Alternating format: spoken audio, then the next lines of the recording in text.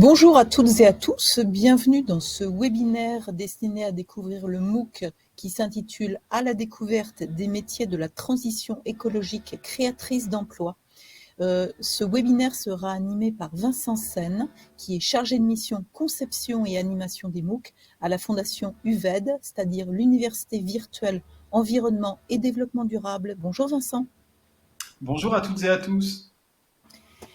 Donc, quelques petites consignes techniques et explications à propos de ce webinaire. Vous l'avez compris, ou peut-être pas, ce webinaire est destiné à vous présenter un MOOC, c'est-à-dire un dispositif en ligne qui est un MOOC, c'est l'acronyme anglais de Massive Online Open Course, des cours en ligne ouverts, gratuits et massifs, qui sont diffusés sur la plateforme Fun. Et Vincent va nous expliquer ce MOOC particulier qui est très intéressant autour, je vous l'ai dit, du thème du développement durable, de la transition écologique. Alors, nous allons rester ensemble 50 minutes et à la fin de ce webinaire, nous allons vous faire partir un mail avec un certain nombre d'informations relatives à ce MOOC, la manière pour vous de vous y inscrire, un petit tuto pour vous y aider, et puis d'autres informations sur d'autres MOOC d'aide à l'orientation.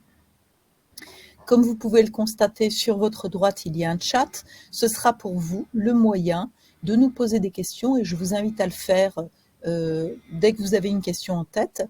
Et lorsque Vincent aura fini sa présentation, nous allons les relayer à l'oral de manière à ce que toutes et tous puissiez bénéficier à la fois de la question et de la réponse qui va être amenée.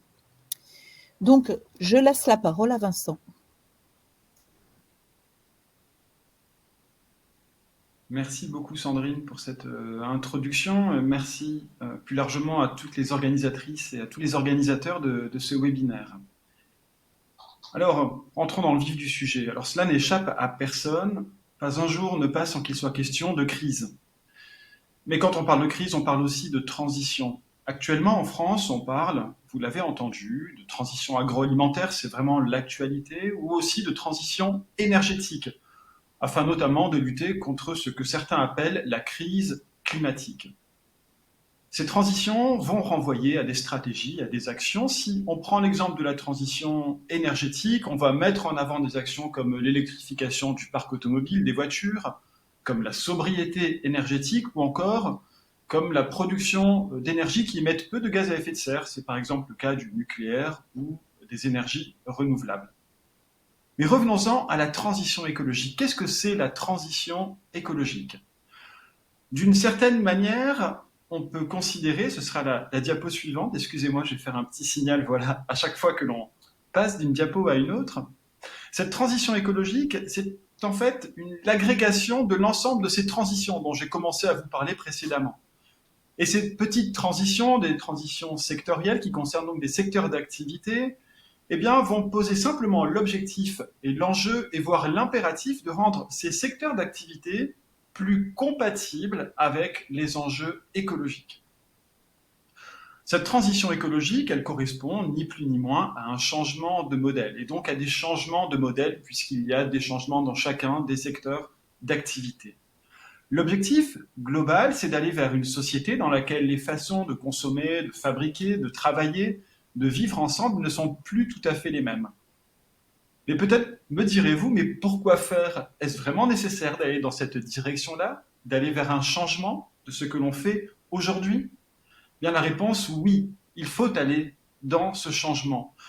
Tout simplement, l'enjeu est de conserver nos conditions de vie, nos conditions d'existence.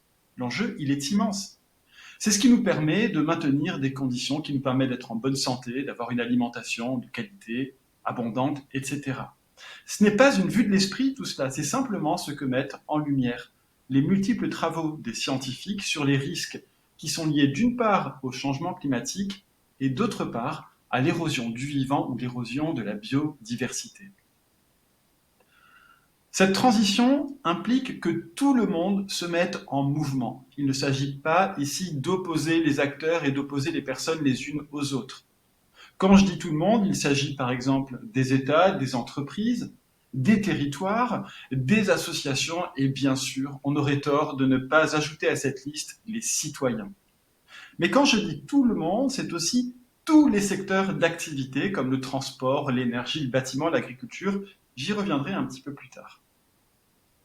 Alors je suis bien conscient qu'imaginer une telle transition n'est pas simple, et de ce fait on a parfois tendance à retarder l'échéance, ou aussi à relativiser les enjeux ou les risques.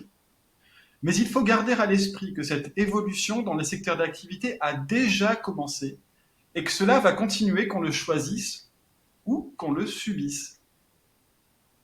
Derrière l'évolution de ces secteurs, il y a bien entendu une évolution des métiers.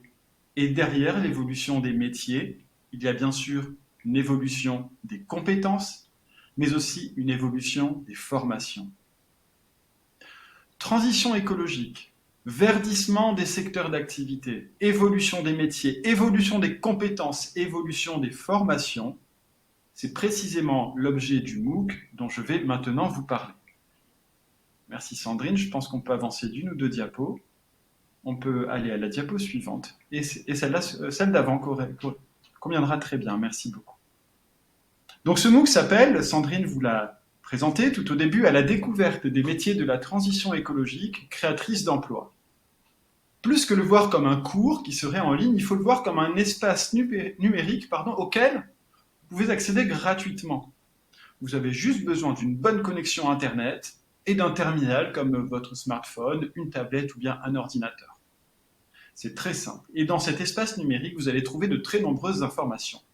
Entrons maintenant dans le cœur du réacteur de ce MOOC. Nous avons souhaité que ce MOOC vous permette de répondre à 3 types de questions que l'on entend souvent quand on parle de métier et de transition écologique. Une première question est de savoir ce qui va changer dans la société, dans notre société, dans les secteurs d'activité, dans les métiers avec la transition écologique. Il se trouve, je vous le disais précédemment, qu'on observe déjà à l'heure actuelle des évolutions et ce n'est probablement qu'un début. Ce MOOC va vous permettre d'y voir plus clair sur ce point-là. Vous verrez par exemple quelles pourraient être, et je parle bien au conditionnel, mais quelles pourraient être les évolutions d'ici 5 à 10 ans. Pourquoi cet horizon temporel? Parce que c'est votre horizon d'insertion et de première expérience professionnelle. Une deuxième question qui se pose souvent, c'est de savoir à quoi ressemblent ces métiers de la transition écologique au quotidien. Alors, nous avons souvent des idées reçues sur les métiers et je crois que c'est tout particulièrement le cas dans le domaine de la transition écologique. C'est très important d'avoir des témoignages de professionnels qui vont vous expliquer ce qu'ils font, bien sûr, ce qui leur plaît, ce qui est plus difficile aussi dans leur métier, comment ils travaillent, avec qui, etc. Et dans ce MOOC, vous trouverez de très nombreux témoignages de personnes que nous sommes allés rencontrer et qui s'engagent, qui apportent leur pierre à l'édifice de cette transition écologique. Une troisième question que vous êtes généralement nombreux à vous poser est celle des formations qui conduisent à ces métiers. Des formations, il en existe beaucoup, il est important d'y voir plus clair sur à la fois leur pertinence, mais aussi sur les établissements qui les proposent.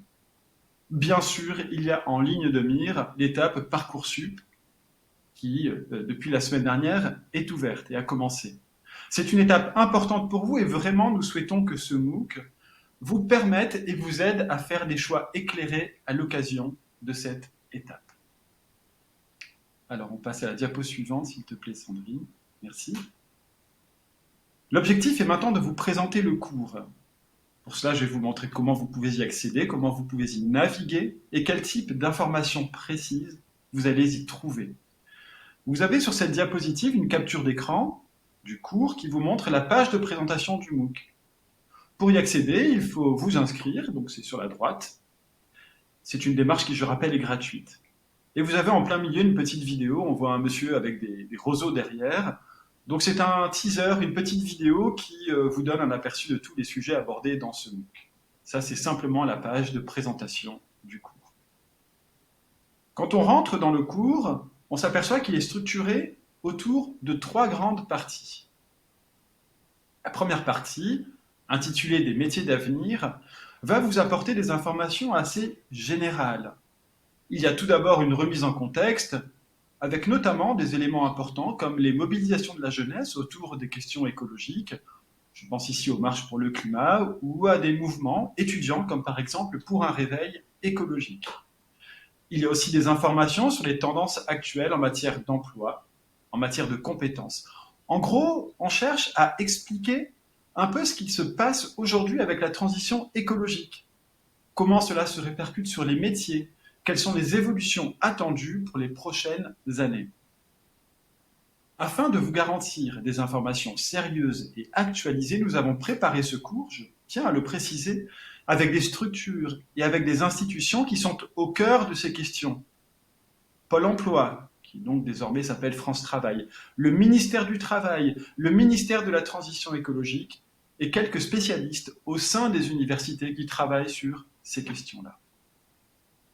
Pour vous présenter tout cela, nous vous proposons, et c'est la capture d'écran qui vient de s'afficher, que vous pouvez voir, nous vous proposons des vidéos d'experts qui vous parlent de sujets bien précis. Par exemple, à droite, eh bien, il s'agit d'un spécialiste qui va vous parler de l'évolution générale des métiers dans le secteur de la transition énergétique.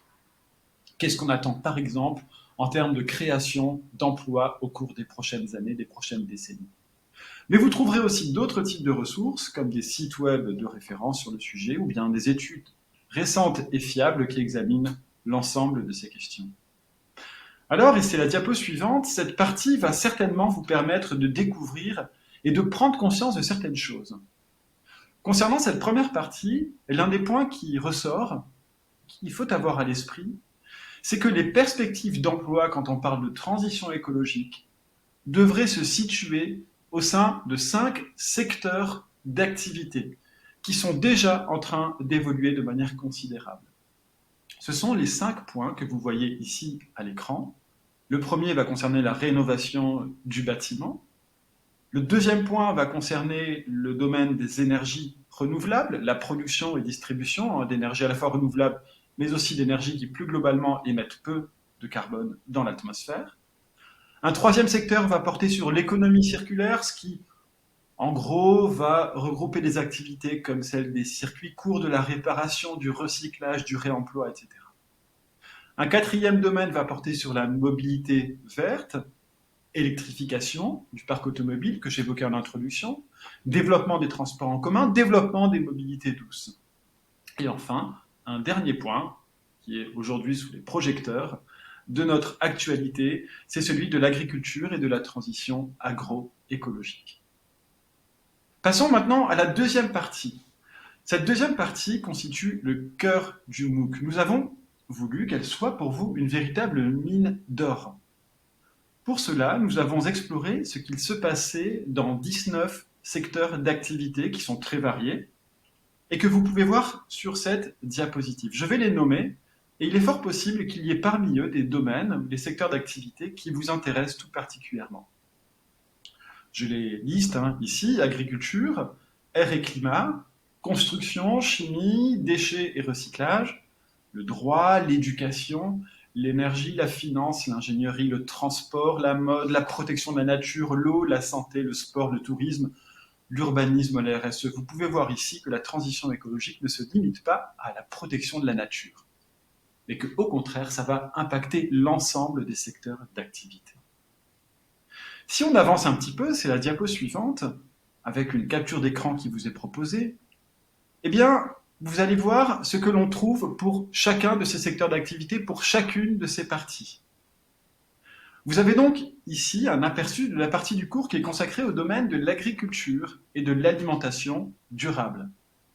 Vous allez trouver des fiches de description des métiers, plusieurs témoignages qui sont des courtes vidéos de professionnels, quelques minutes à peine, durant lesquelles ces professionnels, ici c'est un maraîcher, qui vont vous parler de leur métier, de leur mission, de leurs conditions de travail, des formations qu'ils ont eux-mêmes suivies, des compétences qu'ils mobilisent au quotidien, ou encore de ce qui fait l'intérêt ou de ce qui fait le sel de leur travail. Ces contenus pédagogiques portent par ailleurs sur les formations. Nous avons recensé, nous avons fait un important travail de recensement pour chacun des secteurs d'activité, des formations qui permettaient de se préparer au mieux à ces métiers. Des formations post-bac de tout niveau, chacune étant associée à une fiche descriptive. Beaucoup de ces formations, bien sûr, vous pouvez les retrouver sur Parcoursup où elles sont référencées. savez que sur Parcoursup, il y a un moteur de recherche et vous pourrez obtenir des informations qui ne sont pas forcément présentes dans le MOOC, mais sur Parcoursup, vous allez pouvoir obtenir des informations beaucoup plus précises sur chacune de ces formations. Par exemple, les critères d'analyse des candidatures, les modalités de candidature, les chiffres clés de la formation, etc. Pour compléter tout cela, eh bien, nous vous proposons des liens vers des sites qui proposent des emplois ou qui proposent des stages. Ce n'est pas forcément parce que vous êtes en situation d'être employé ou d'être embauché dans de tels métiers ou dans de telles filières, mais cela vous permet de voir quels sont les profils aujourd'hui recherchés, autour de quels termes, de tels éléments de langage, de telles compétences. Qu'est-ce que l'on recherche aujourd'hui dans ces secteurs qui bougent? Là, comme pour la première partie, c'est l'objet de la diapo suivante, ces contenus pourraient vous être très instructifs. Ils vous permettront par exemple de voir que la transition écologique, oui, va créer certainement des nouveaux métiers. Et ça a déjà commencé, avec de nouveaux métiers qui sont créés. C'est passionnant. Mais il ne faut pas perdre de vue que la transition écologique va surtout et avant tout faire évoluer les métiers existants. Donc plus que de la création de métiers, on va vers une évolution, voire une transformation de métiers existants, avec des compétences qui deviendront de plus en plus sollicitées et de plus en plus recherchées. Qu'est-ce qu'on entend par compétences? Au-delà des compétences cœur de métier, que chaque métier définit bien sûr très clairement, eh bien on va entendre des compétences transversales comme le conseil, la coordination, le travail en équipe, l'adaptation, l'organisation, mais aussi des compétences comportementales comme le sens de l'écoute, l'anticipation, l'ouverture d'esprit. Tout cela étant de plus en plus recherché dans le monde du travail et dans tous les projets qui sont liés à la transition écologique. Parlons de ces projets justement, et c'est l'objet de la troisième partie du MOOC. Donc c'est la diapo suivante. Eh bien cette partie vous montre, ou plutôt rappelle, que beaucoup de ces métiers de la transition écologique sont exercés dans le cadre de ce qu'on appelle des grands projets. Des projets qui mobilisent de nombreuses personnes, de nombreux métiers, de nombreux acteurs. Par exemple, imaginez que la construction d'un écoquartier ou encore la mise en place d'un projet de transition alimentaire sur un territoire rural va mobiliser un très grand nombre d'acteurs et un très grand nombre de métiers. En fait, ici, on retrouve deux dimensions essentielles quand on veut un travail qui a du sens. Et si je parle d'un travail qui a du sens, c'est que, et si vous êtes là aujourd'hui, c'est peut-être parce qu'on en associe souvent les métiers de la transition écologique à des métiers qui ont du sens. Mais revenons-en à ces deux dimensions qui sont essentielles. C'est d'une part exercer un métier dont les compétences cœur de métier, voire les compétences comportementales ou transversales, eh bien, vous les appréciez. Mais l'autre dimension qui est importante, c'est que ce métier, il est mis au service de projets qui ont du sens. Et donc, ce sont deux dimensions, le métier et le projet dans lequel s'inscrit l'exercice de ce métier, qui sont deux aspects tout à fait importants. Pour mettre en avant cette dimension collaborative, voici ici encore une capture d'écran pour bien visualiser ce que vous propose ce cours. Eh bien, nous avons mis en lumière quelques grands projets, comme je les appelais précédemment, avec pour chacun de ces projets plusieurs témoignages de professionnels qui sont amenés à travailler ensemble. Pour terminer cette présentation, je voudrais évoquer la question de l'utilisation de ce MOOC. Donc c'est la diapo suivante, s'il te plaît Sandrine. Car comme vous pouvez le constater, il y a beaucoup de contenu pédagogique. Mais vous, comment faire pour vous y retrouver et surtout sans y passer trop de temps?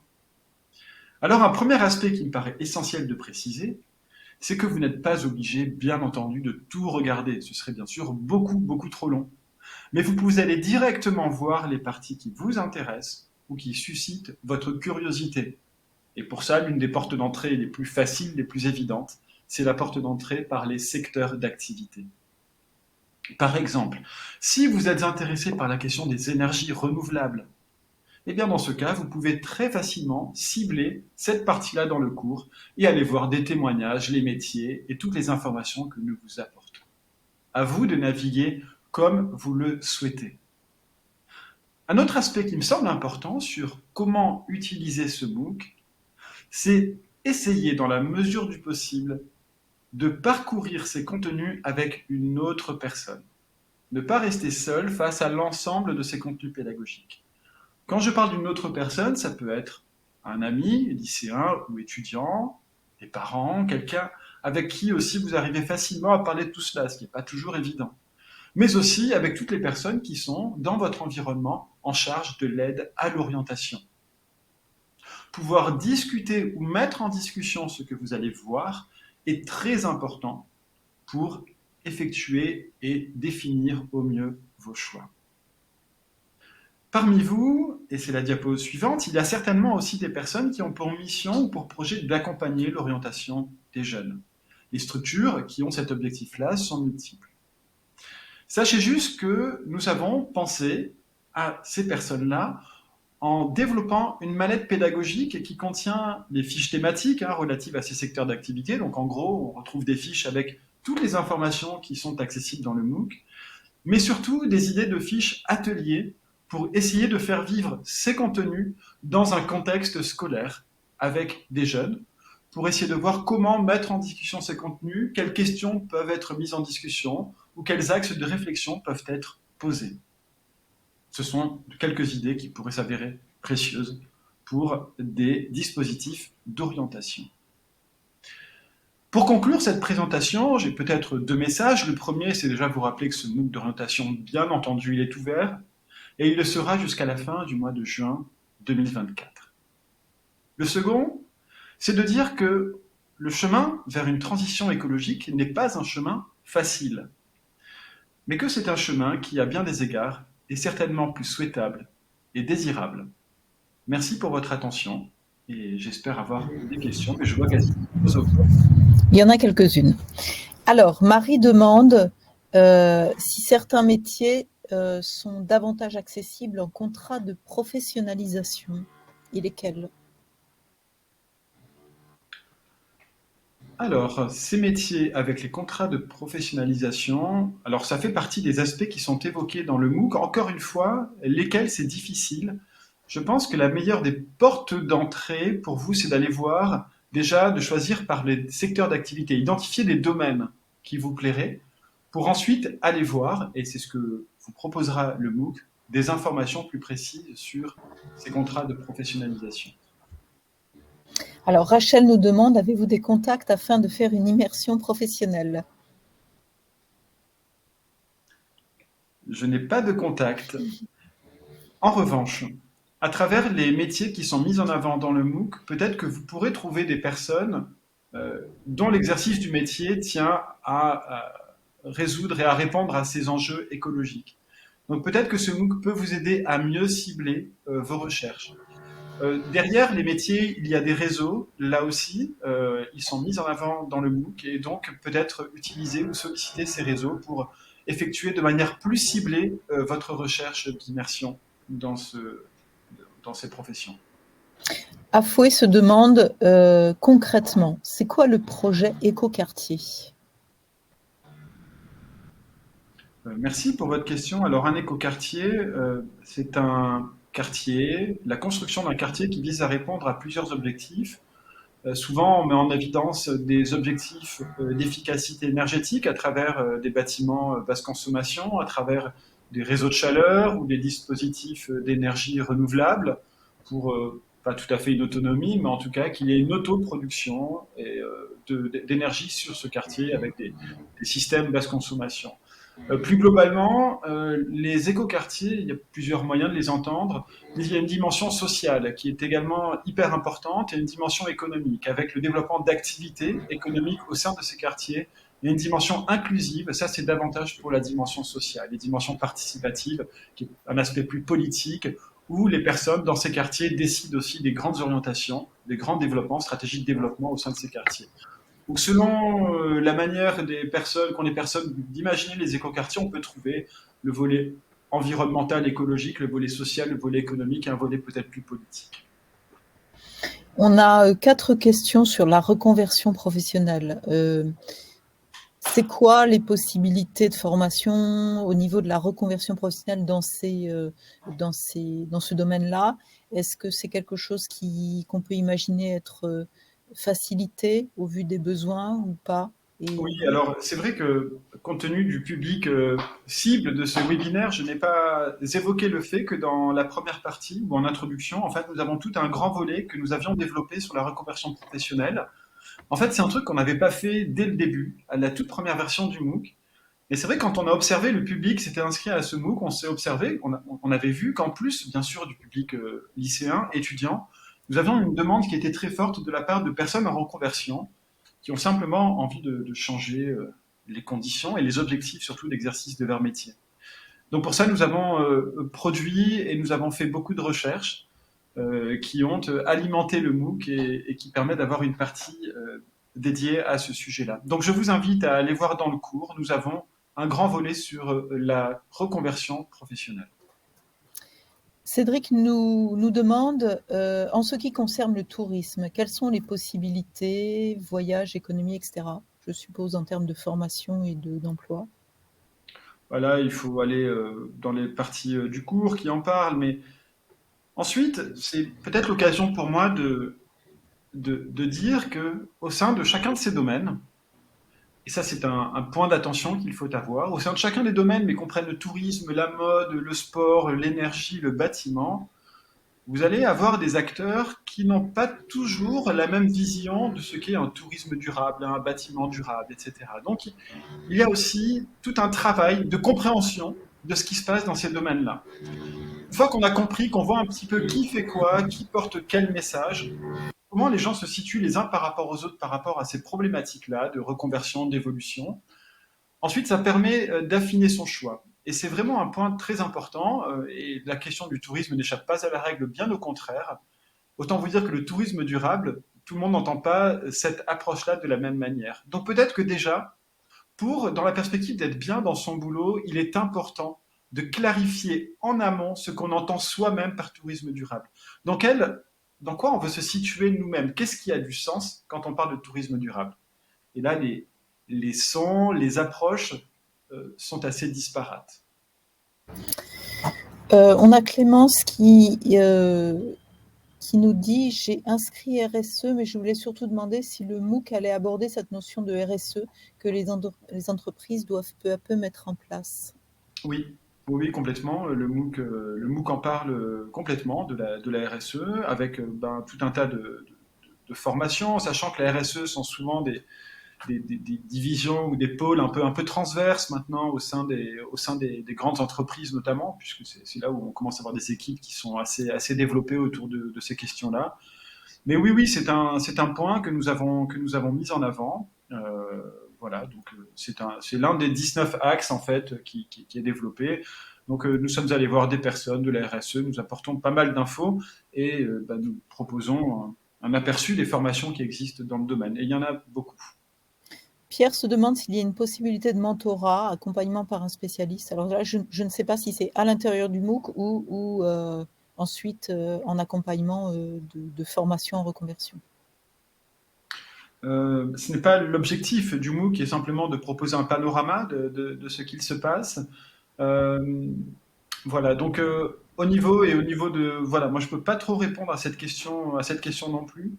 Mais je crois que ça va un petit peu au-delà des objectifs qui ont été définis dans le cadre du projet que nous portons.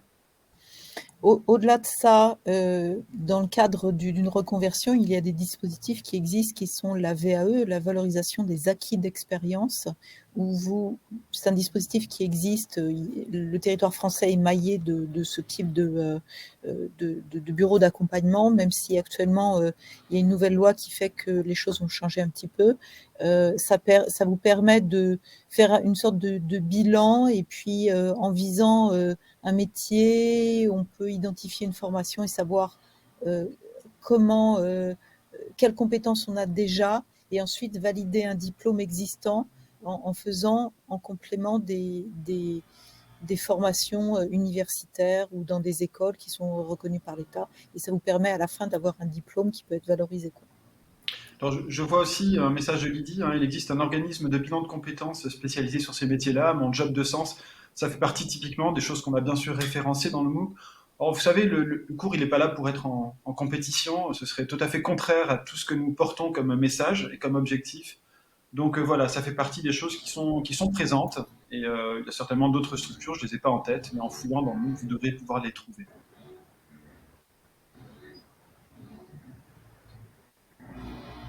Alors, je découvre les questions, hein, face au changement climatique et quels sont les métiers les plus à mettre en Sachant place. qu'on est dans des MOOC d'orientation.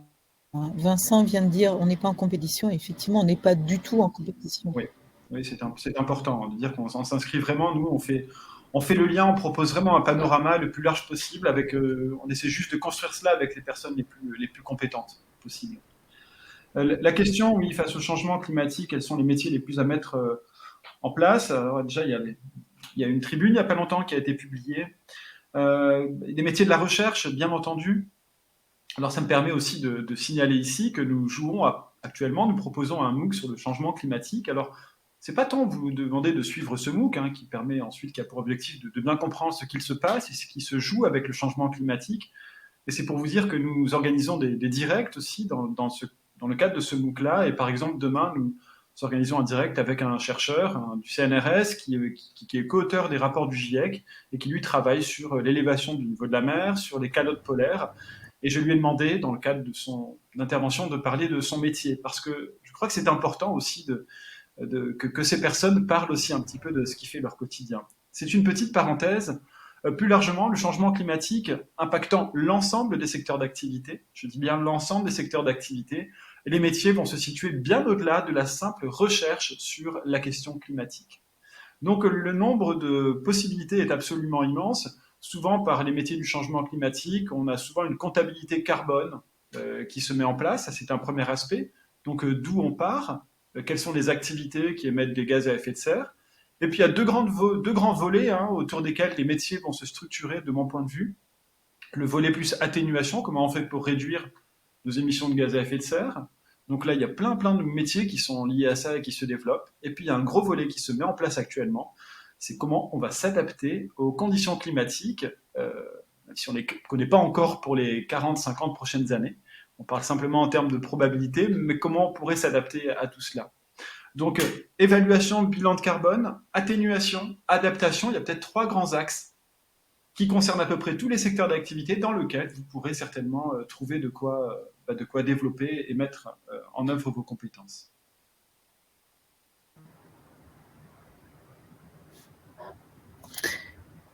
Est-ce qu'on peut faire un tout petit point sur, je sais que c'est un tout petit peu hors contexte de l'orientation, mais quand même, sur l'évolution de la sémantique de développement durable en transition écologique, que j'ai remarqué ces dernières années.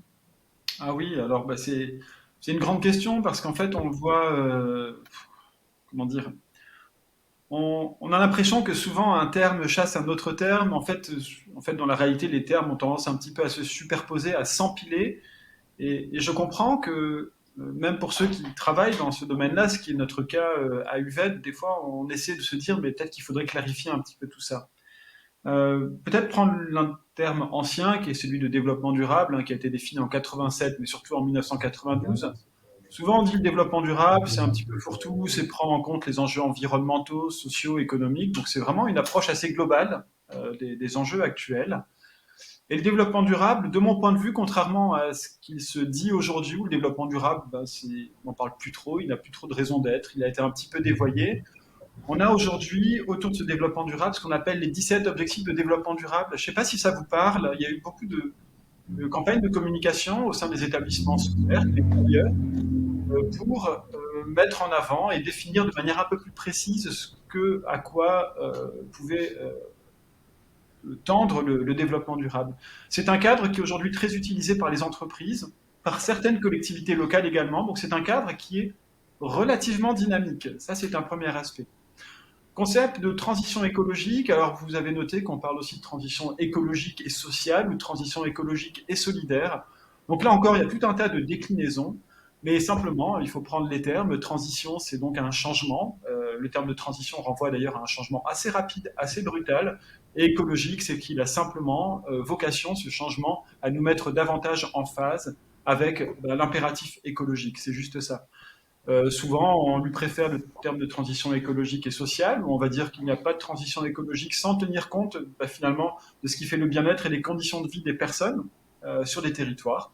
Donc ça, c'est un projet un peu plus global. Donc on a voilà tout un tas de termes, une sémantique qui est un petit peu mouvante, qui est plurielle et avec laquelle il faut naviguer.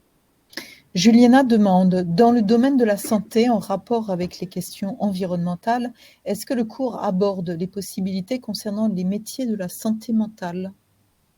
Non, pas la santé mentale. Euh, et c'est probablement un aspect sur lequel, alors, on ne le fait pas dans le cours, mais dans nos autres activités UVET, c'est un point qui est important. On organise souvent des rendez-vous. Et vu qu'on s'adresse très souvent aux établissements d'enseignement supérieur, il est souvent question de la santé mentale à travers la question de l'éco-anxiété. Pour autant, ce n'est pas un aspect qui est vraiment présent dans ce MOOC sur les métiers.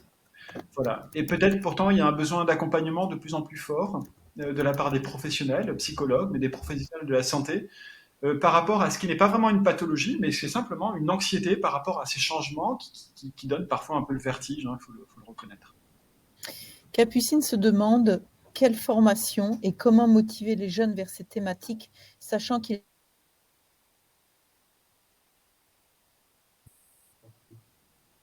Alors, Sandrine, ça a coupé, mais Ah, je vois la question de Capucine, hein, c'est ça?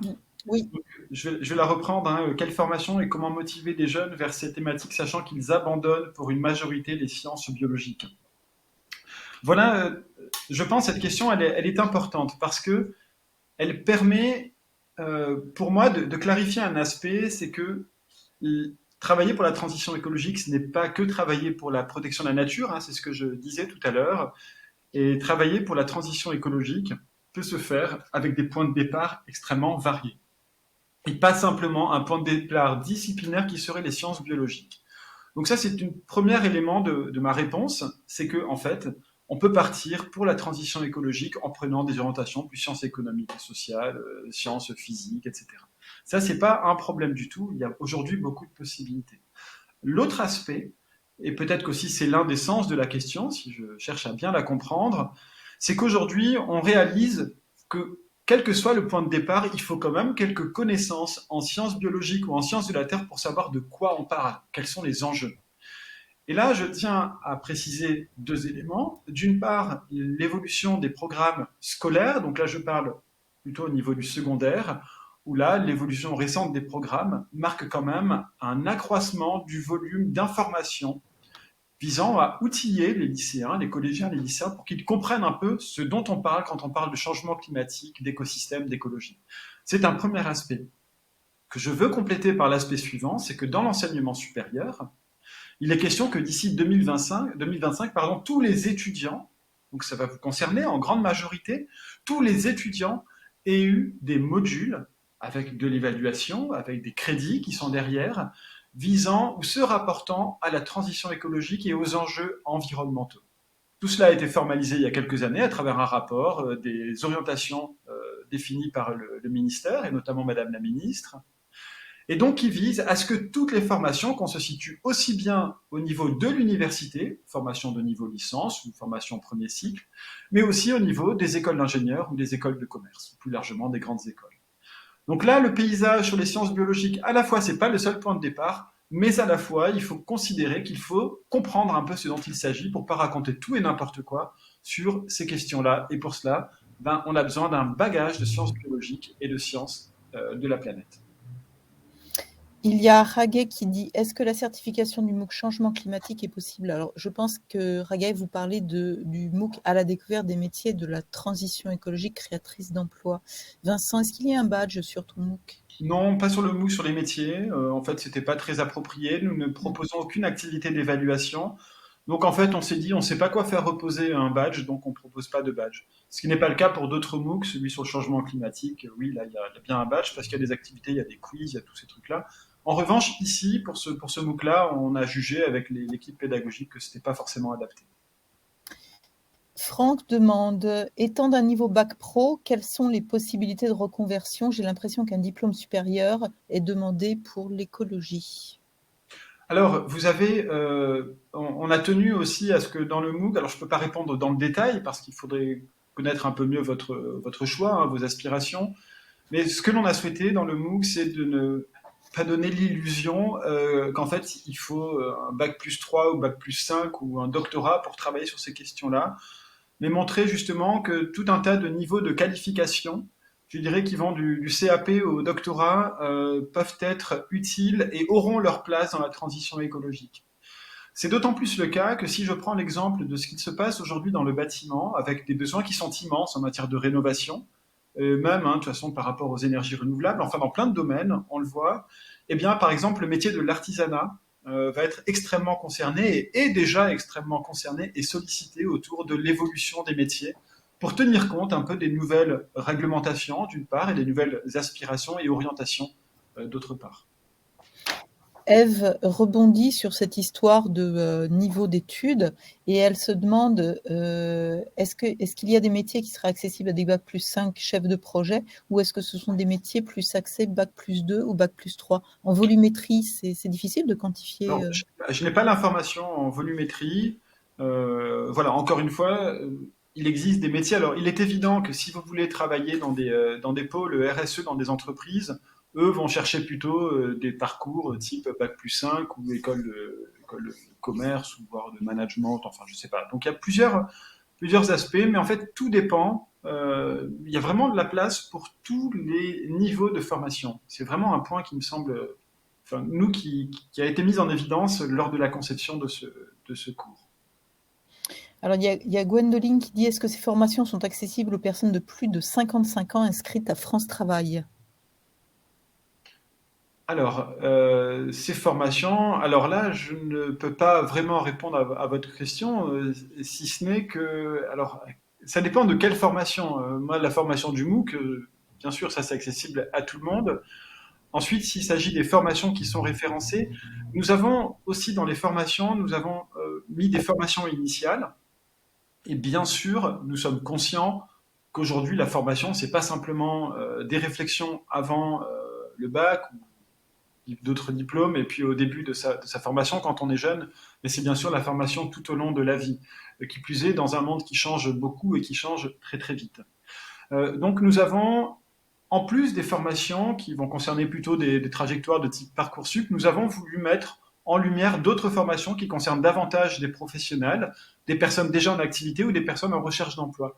Donc peut-être qu'en saisissant ces formations qui sont référencées, nous ne sommes pas exhaustifs, hein, je tiens à le rappeler, peut-être que ça c'est à vous de voir ensuite avec France Travail dans quelle mesure ces formations peuvent être prises en charge, vous pouvez avoir un accompagnement.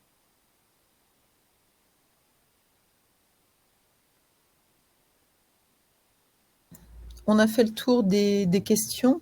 Est-ce qu'il y a quelque chose que tu veux préciser, Vincent? Peut-être préciser le fait que tous ces métiers viennent de plein de domaines différents et que c'est pas une filière spécifique plus particulièrement, même si tu as présenté les 5 filières tout à l'heure. C'est vraiment très, très général. Oui, oui, en fait, c'est ça. Ce MOOC, en fait, au début, on s'était dit, bon, on fait un MOOC un peu thématique, quoi, sur les métiers de la transition écologique, la transition écologique. Et puis finalement, en grattant un petit peu cette idée-là de transition écologique, on s'est aperçu qu'on faisait véritablement un MOOC très transversal. Qu'est-ce que je veux dire par transversal? C'est-à-dire qu'on était en toute rigueur, il nous fallait parler de tous les secteurs d'activité. Et donc, version après version du MOOC, on a inclus des activités. Là, récemment, on a inclus le sport ou la mode, parce qu'on s'aperçoit que tout tout est en mouvement dans le monde actuel. Alors on peut trouver souvent que ça va pas assez vite ou que ça va pas dans la bonne direction, ce que l'on veut. En tout cas, il y a une mise en mouvement. Et dans tous ces domaines-là, vous allez trouver des acteurs qui sont hyper engagés et hyper inquiets, qui ont vraiment la volonté de faire quelque chose. Donc c'est vraiment un point qui vise à casser cette idée que la transition écologique, ce sont des métiers qui sont exercés dans l'environnement, c'est travailler dans la protection de la nature ou travailler pour l'environnement à travers l'eau, l'énergie, les déchets. Non, la transition écologique, c'est bien au-delà. D'ailleurs, c'est un message très motivant parce que ça permet à chacun de se situer beaucoup plus facilement par rapport à ses préférences. Après, il existe aussi d'autres MOOC sur ce sujet qui ne sont pas des MOOC d'orientation. Je vous rappelle que le MOOC à la découverte des métiers de la transition écologique créatrice d'emploi balaye les formations, les métiers qui sont en train si vous voulez aller plus avant sur des choses un peu particulières autour du développement durable, de la transition écologique, une fois que vous aurez fait ce MOOC et vous voulez rentrer dans un peu plus de contenu, il y a d'autres MOOC sur Fun. Je pense au MOOC du CNFPT sur les impacts de la transition écologique sur les territoires. J'ai vu qu'il y avait des gens en reconversion tout à l'heure. Et on a également un MOOC, je regardais sur l'agroécologie, mais non, il n'est plus ouvert. Oui, alors, Au niveau de l'UVED, est-ce qu'il y a... oui, mais alors, c'est vrai qu'on produit beaucoup de MOOC à côté, mais c'est vrai qu'il y a une offre enfin une offre. Dans le paysage, en tout cas, il y a beaucoup de MOOC qui sont dans le domaine de l'environnement. Oui. Il y a le CNFPT, il y a UVED, bien sûr, qui sont des gros producteurs, mais il y en a bien d'autres. Peut-être, je vois une question qui est posée par Karine, parce que vu que le temps passe, c'est important sa question. Si vous n'êtes pas exhaustif pour les formations, quels sont vos critères de référencement? C'est une question qui est super importante et qu'on s'est posée à plusieurs reprises. Nous, ce que l'on a voulu, c'est montrer la diversité des formations. Il existe un grand nombre de formations. Je vous rappelle que Parcoursup, par exemple, référence un peu plus de 20 000, 23 000, je crois, formations. Donc nous, ça servait à rien d'être exhaustif. Donc qu'est-ce qu'on fait quand on peut pas être exhaustif? Eh ben, on essaie de montrer la diversité. La diversité à la fois des thématiques, la diversité des niveaux et aussi la diversité géographique. Donc c'était faire en sorte que finalement la plupart des universités en France ou des écoles d'ingénieurs, écoles de commerce, tout ça, soient représentées, soient là. Ça, c'est un premier aspect, la diversité. Et bien entendu, cela va de soi, il y a une exigence de qualité. Alors, pour l'enseignement supérieur, on a des gages assez facilement, mais ça a surtout été une question pour toute la formation continue, formation professionnelle. Là, on voit dans le paysage tout un tas de choses qui existent. Des fois, on se demande qui propose ça, est-ce que c'est vraiment fiable, crédible. Donc là, c'est pas évident. Et je profite de cette question. C'est une question d'ailleurs qui n'est pas encore sortie, mais qui est une question qui est habituellement posée dans ce webinaire de présentation de ce MOOC. C'est, ça n'échappe à personne. Aujourd'hui, le tampon développement durable ou transition écologique, c'est quelque chose qui est mis en avant dans beaucoup de formations. La question qui se pose quand on réfléchit à ça, à cet aspect-là, c'est est-ce que finalement c'est pas un peu de greenwashing? J'entends par greenwashing le fait on met un petit peu de vert parce qu'aujourd'hui il faut mettre du vert partout. Alors cette question, il n'est pas facile d'y répondre. Et nous, de notre côté, à UVED, nous n'avons pas la mission de faire un travail exploratoire très fin au sein de chacune des formations. Mais je crois que par contre, c'est une question que vous devez avoir à l'esprit lorsque vous allez identifier des formations qui mettent en avant cette dimension de transition écologique et développement durable. Comment le mettre en avant? C'est simplement essayer de fouiller les contenus de la formation que met en avant l'établissement, essayer d'avoir des retours. Alors j'ai vu dans les évolutions de Parcoursup, il est maintenant question qu'il y ait des anciens élèves ou des personnes qui sont au sein de ces écoles ou de ces universités parlent un petit peu de ces formations-là. C'est voir éventuellement que deviennent, dans quel type de structure ou quels sont les horizons d'embauche des personnes qui ont suivi ces formations. Et je crois qu'il y a tout un travail d'enquête pour essayer de voir si ces formations répondent bien à vos objectifs en matière de transition écologique, parce qu'il est évident que autant certaines formations vont être très engagées sur ces questions-là, ou d'autres vont être beaucoup plus jeunes et peut-être immatures dans la prise en compte de ces questions, et ce sera plus peut-être une petite couche superficielle, une petite pellicule de verdissement, alors que d'autres auront vraiment fait en sorte de revoir leur offre de formation, de revoir les contenus, les parcours de formation à l'aune de cette transition écologique. Donc, soyez vraiment attentifs à cela. On n'a plus de questions. Est-ce que tu veux conclure, Vincent? Oui. Je voudrais conclure de la manière suivante. C'est que on vit une drôle d'époque. Beaucoup de choses s'entrechoquent. On a du mal un petit peu d'ailleurs à comprendre ou à clarifier un peu ce qui se passe. On a l'impression que quand on parle de transition écologique, on alterne entre des périodes où les choses vont vite, où on a l'impression d'avancer à pas de géant, et il y a d'autres moments où on a l'impression de régresser. C'est probablement de cette manière-là que se fera la transition à coup d'avancée, mais de recul également. Donc mon message est le suivant. Votre choix de travailler dans la transition écologique, s'il s'avère que c'est votre choix, c'est le choix d'un monde qui nous apporte et qui est très rassurant par rapport à un monde qui ne ferait pas cette transition-là. C'est un premier aspect. Et mon deuxième message, c'est dans cette trajectoire-là, ne vous découragez pas. C'est vraiment important. Ne vous découragez pas. Merci beaucoup, Vincent.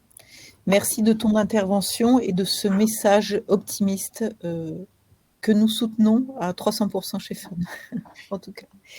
Merci à toutes et à tous. J'espère que ce webinaire vous a été utile. Nous vous attendons nombreux sur le MOOC concerné. Vous pourrez poser toutes les questions complémentaires que vous souhaiterez sur les forums du MOOC et nous vous attendons nombreux. Merci et bon après-midi. Merci à toutes et à tous. Au revoir.